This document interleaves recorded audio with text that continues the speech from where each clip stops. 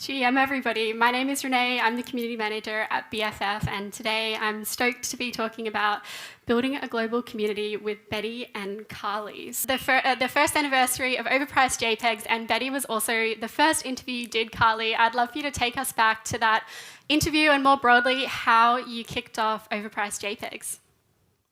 Sure. I know it's so fun. Betty and I were also on the same panel at NFT Australia last year, so lots of full circles happening in this moment. I feel so lucky that Betty was my first guest because what I didn't fully know then, but what I now know in a year into doing this podcast, and I should say I have just felt so lucky to get to do this over the last year, and every guest I feel like I've been so privileged to have. But Betty's a very good guest because she's super interesting. She's good at telling a story. Like, what you learn is you could be the smartest person in the world, but that doesn't necessarily mean you're good on a podcast, and that can make the podcaster's job harder. So I had it really easy with Betty because she was just great. She made it for easy conversation. The hour just flew by, and I was so nervous, which is hilarious to think about in some ways now, but I was so nervous for that first interview. The way that Overpriced JPEGs came to be, it's funny. In the very beginning of last year, I was working at a venture studio, and I was starting to fall down the rabbit hole, and I really wanted to do a podcast about NFTs. And I had all the imposter syndrome, and to be fair, I also was new, as so many of us were in January of last year. So I didn't know that much. So I was like, this is silly. Why would I do a podcast? Whatever. Fast forward, I had left the venture studio job, was working at a blockchain startup, was tweeting a bunch about NFTs. And Ryan Sean Adams from Bankless, kind of DM'd me out of the blue. He knew me from past work I'd done, whatever, and was like, hey, we as Bankless want to plant a flag in NFTs and the metaverse. We're more DeFi. Would you want to do this? And it was this incredible fortuitous moment for me because I had wanted to do it months previous and just been too afraid to take the jump. And now here was somebody offering me that opportunity. So that was sort of the initial starting point. Then I knew I wanted to do something kind of cheeky that kept a little bit of a foot in the real world, quote unquote. Overpriced JPEGs felt like a fun way to maybe still be accessible to people who were skeptical of this whole space, being okay, we get it, I know how you think of it, and also kind of mocking that perspective. And Betty and Deadfellaz felt like a great first project to talk about because as I was digging into the world, I had some friends who were super into Deadfellaz, and it just felt so clear this was a project that was going to be around a year from then or 2 years from then. And it was all right, let's kick off with a project that I think is building in a way that's really smart, really community first. And it seems like it has a really good likelihood that it's going to be sticking around. And, glad to say I was vindicated on all points. So Beautiful. And Betty, I would love to hear from you. How did you first find out about NFTs and what led you to build Deadfellaz? Oh, that's a big question. So I'll try and be slightly concise. I could talk about this for hours. So it was January 2021, and I was in our home office, and Syke, my husband, was on the computer, and he was really engrossed in what he was doing, and I was asking him what he was doing, and he explained that there are some artists that were in a digital art collective that he's been in for many years, Depthcore, were telling him about NFTs and that they were minting NFTs and what it all meant. And I was immediately blown away. I thought it was the best thing I'd ever heard. It just solved so many problems to me, having been in the creative industry and witnessed the lack of value in creative work for so long.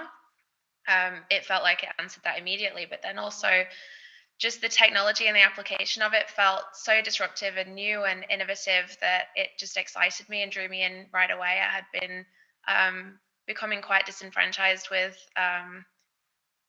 continuing to try and change things or innovate or whatever. It just felt like working within what was existing was stagnant. And this felt kind of explosive. And so I just wanted to be a part of it. I hopped in right away, lurking on Clubhouse and all of those spaces. It took a while for me to feel comfortable to engage on Twitter or anywhere else. I felt like there wasn't really a spot for me. At that time, there really weren't that many women. On Clubhouse, you would hear a couple of women speaking, if that. It was, still it's skewed, but it's much better now. So I would find Twitter spaces where people were talking. I would just like listen in, and eventually it just became too much for me to hold back to not participate anymore. So I just jumped in. I was quickly obsessed with the idea of the profile picture movement, the way people were playing with digital identity, and the way communities were forming around it. Sense of self is something that I've been kind of fascinated by over time, and the way that we present ourselves online versus in real life, and how that crosses over, and all of those things, how we can move as a unit within those spaces for various reasons. It was all really fascinating. So I wanted to be involved, but I didn't see anything that represented me. I didn't see anything I would want to use as a profile picture. No shade, because I do. I do see the value in everything that came before Deadfellaz. It set the scene for us. But yeah, so we just, Syke and I, my husband, set out to create something that we loved, that represented a spectrum of gender, and really just injected everything that we're passionate about into it. And here we are, however long after. That was, God, we launched Friday the 13th of August 2021, and now it's nearly 2023. So time has flown. Amazing. I feel like that's 10 years in Web3 for anybody who works in the space. You know how quickly it moves. One of the things I wanted to touch on was that you had both launched in the middle of a bull market, and now we've gone into more of a bear market. And I would love to hear from you in your experience of operating in both those environments, because they're very different, and what your advice would be to any founders in the room today who are building in this environment. So Carly, I'll throw it over to you first. Yeah, overpriced JPEGs turned out to be a top signal. We launched right at the top. I've been joking. I'm like, the second I get out of podcasting, that's when you need to buy back in. I mean, look, there's fewer views these days than there were at the peak of the bull. But in a lot of ways, I actually have enjoyed, and I'd be curious if Betty has felt this, because we're building in different ways, but I have enjoyed the bear market more in a lot of ways. And recording in progress. This meeting is being recorded. Cool. Sorry, I don't know if the audience just heard that, but we're just alerted that the meeting's being recorded. So because I never loved having this pressure to like cover the latest project that's popping and top of the charts and the volume, but you can't really tell if there's substance there. And during the bull market, as on the content creation side, I felt pressure to cover a project if it's popping off. But again, it wasn't always clear what's signal, what's noise, and so getting to cover what I see as like just higher signal and higher substance is just nicer to me, and the lack of just kind of frenetic pace is, I find, much nicer. I also think, and this is certainly not a hot take, and there's probably more experienced entrepreneurs than I that would be better placed to say this, but my sense is that it actually is, a bear is the best time to build, right? Because you're forced to have product market fit that you're not forced to have in a bull market when everything's going up and people are willing to throw money at stuff that, again, may be noise over signal. But if you can make it in a bear, if we're still here in 18 months or 24 months, whenever we come out of this, it should be just a total acceleration. So forces you to get lean, and really connect with who your real audience is. And if you can just stay scrappy during this period, I think you're going to be very well placed. Beautiful. I don't know, Love Betty, that what do you think? Yeah, Betty, would love to hear from you. You obviously have a big global team now. How are you operating differently today than, say, you were 6 months ago? In many ways, I agree with what Carly said.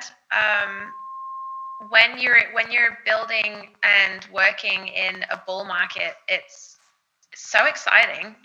Everyone's like so high on dopamine all the time. But it's distracting as well, and there is a lot of pressure that comes with that movement and that pace. Whereas in the bear, I think we've gone through phases, right? So when we first started entering into this phase, I think that a lot of people were very antsy. Everyone was blaming their project founders all at the same time.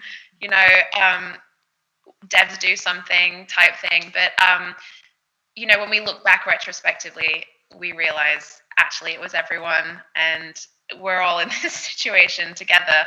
I do liken building a brand in this space as like building something structurally sound on a children's ball pit for a foundation. Like, it's just so tumultuous. So you have to be flexible. While we're building in a quieter time, there is less pressure. There is more time to focus on what we actually need to do for longevity. That's always been in my mind anyway as a brand, but I think it's really forced people to think that way.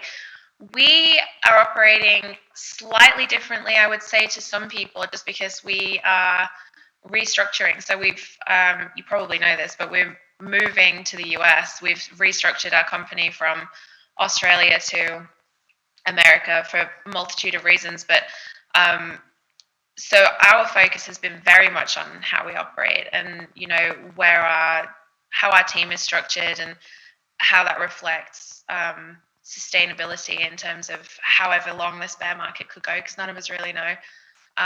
So it's been a really good time for us, and I felt really positive. And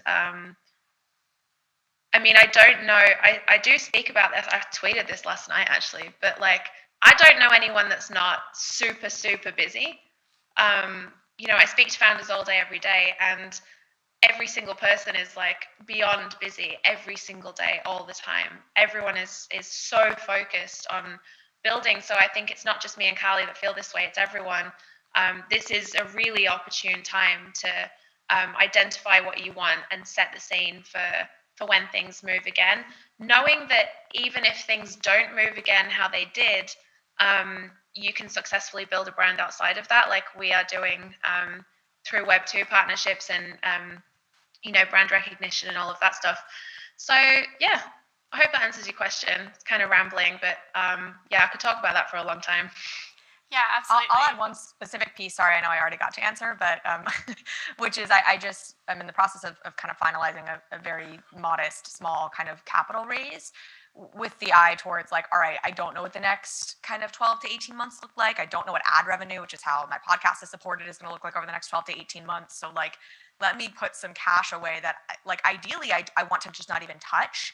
And if I'm able to survive this time, just on, if I can continue to be super profitable, whatever, great. And then I'll start deploying that, as it seems like we're kind of coming out of the bear, as like, fuel on gas on the fire kind of a thing to run ads or whatever. But right now, kind of just like trying to batten down the hatches, make sure I have some money in the bank. And so I know how I'm kind of approaching the next 12 months as well. I think a lot of people are doing that, and I don't think anything is wrong with that at all. When we talk about decentralization and then we start to speak about venture capital, those two can be at odds in people's mind, but it doesn't have to be that way. We're seeing it successfully done across a multitude of companies.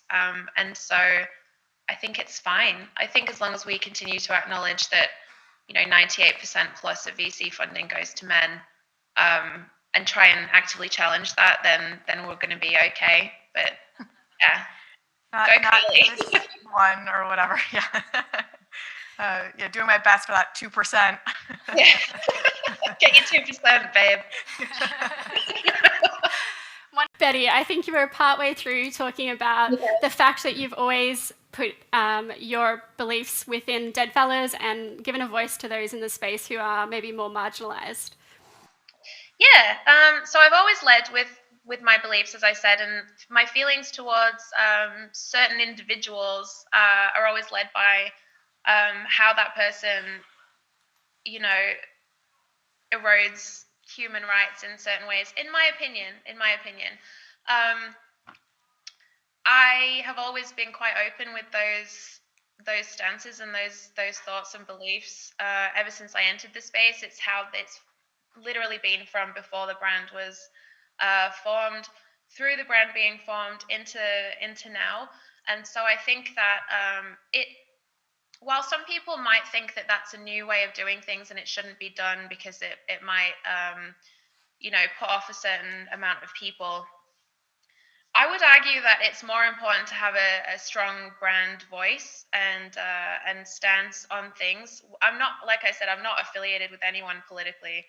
I just know that I'm for human rights and safe spaces for people. And when I joked about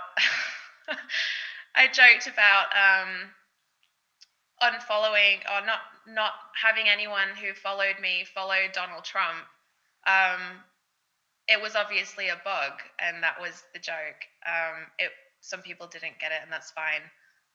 But I think it did bring up an important point. I didn't actually unfollow anyone, and I wouldn't. I think that difference in voice is important, and I have no hard feelings. But I do think that it's really important to, like I said, lead with your values, whether you're a brand or an individual, because otherwise, really, what are we here for? The point of Deadfellaz is not for me to make as much money as possible. The point of Deadfellaz has always been as a vehicle for social change and a cultural incubator and a safe space for people, an example of how business can be done differently. If I'm not disrupting or innovating or trying something new, there's really just no point in me being here. I don't want to be here to make a bunch of money and then peace out, you know? I also don't think that I think you'll probably make more money. And I understand that's not the point in any case, right? But like, you look at the trend in culture and the economy, like we're moving towards a creator first world, and that started years ago when you have the rise of individual podcasters. A Joe Rogan being an example of like, has had more listeners than a CNN or a Fox News for years and years, and we're just kind of catching up to realize that as a culture. Or Kim Kardashian starting a private equity firm, Mr. Beast's chocolate company, like chocolate sell out instantly. Like individual voices are increasingly what is at the center. Peloton's an example of this, right? It's a brand that makes bikes, but IPO'd as a media company because they recognize that their moat and their power was actually in their community and their community's relationships to those instructors. And I think as it becomes increasingly difficult to get anybody's attention around anything, the thing that breaks through are individuals with a strong perspective. So like, sure, there are people who are going to be turned off by what Betty's saying, or maybe, or whatever her tweets, but there are people who are going to be extra drawn to her because of that, and it's going to actually build a stronger, more loyal base, which this whole space is about that, is that connection between leaders and fans. That's my perspective on it. Is I'm like, I really agree, and I think especially when we're looking past our generation and we're looking at Gen Z as well, they're way savvier. They're not to be sold to. Like they're so they see through marketing, they see through advertising. It's soulless. None of it means anything. People connect emotionally to other people. Humanity is at the center of it all. So whether you and I have political differences, that's fine. Like if you believe different things to me, Carly, that's completely okay. I'm still going to be on this podcast with you and hang out with you. If you don't personally align with the brand that I've created, that's also fine. You don't have to. There's so many others. It is what it is. And I think when we talk about when there's an argument, you shouldn't bring politics into this. We should not get political. Everything in this world is political. If you're a human being, drinking the water, breathing the air, living in this world within any sort of societal structure, you are affected by politics at any given time throughout the day. Everything that you do has a political stance. Engaging in crypto and engaging in blockchain and web3 is incredibly political. It is so disruptive. It is, a vote against everything that's already set up. It's completely disruptive. It is so political. Being political doesn't mean I am in this party or I'm in that party, right? It's aligning. It can be different views on different topics. And to look at things in a binary is kind of a difficult thing. So when I say I don't agree with someone like Donald Trump, that's not me saying I'm a hardcore Biden fan, not at all. Because a lot of people sent, oh, well, Biden's this, Biden's that. I know, I get it. I don't agree with any of them. It's the essence of the human rights and people's safety to go about the world, I guess. And something that's so poignant, especially on this week, Trans Awareness Week, with the Trans Day of Remembrance, and then the shooting on the Trans Day of Remembrance in a gay bar in the US. Like, it is important for us to talk about these issues all the time because it is current in my community. And I am the leader of a project where many people in that community flock to. So it's just a responsibility that I have, and I'm not going to stop.